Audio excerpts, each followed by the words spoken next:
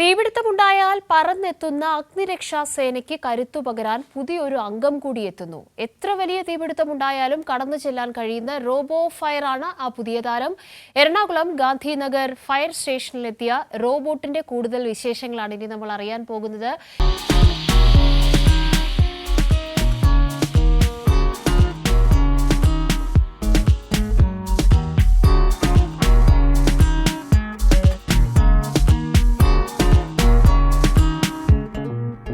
എന്തും നേരിടാൻ ഒരുങ്ങിയാണ് ഈ റോബോട്ടിന്റെ രംഗപ്രവേശനം. സൈറൺ മുഴക്കി കുതിക്കുന്ന ഫയർഫോഴ്സ് സേനയ്ക്കൊപ്പം ഇനി റോബോ ഫയറുമുണ്ടാകും.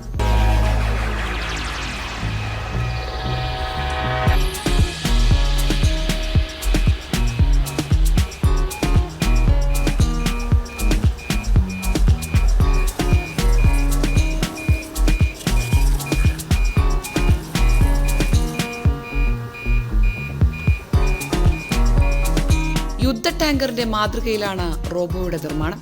അതിനാൽ എത്ര വലിയ തീപിടുത്തമുണ്ടായാലും ഫയർഫോഴ്സിന് എത്താൻ കഴിയാത്ത സ്ഥലങ്ങളിലേക്ക് വരെ റോബോ എത്തിക്കാം. ഫയർ എഞ്ചിന്റെ അതേ തീവ്രതയിൽ ഏതു ദിശയിലേക്കും വെള്ളം പമ്പ് ചെയ്യാൻ കഴിയും.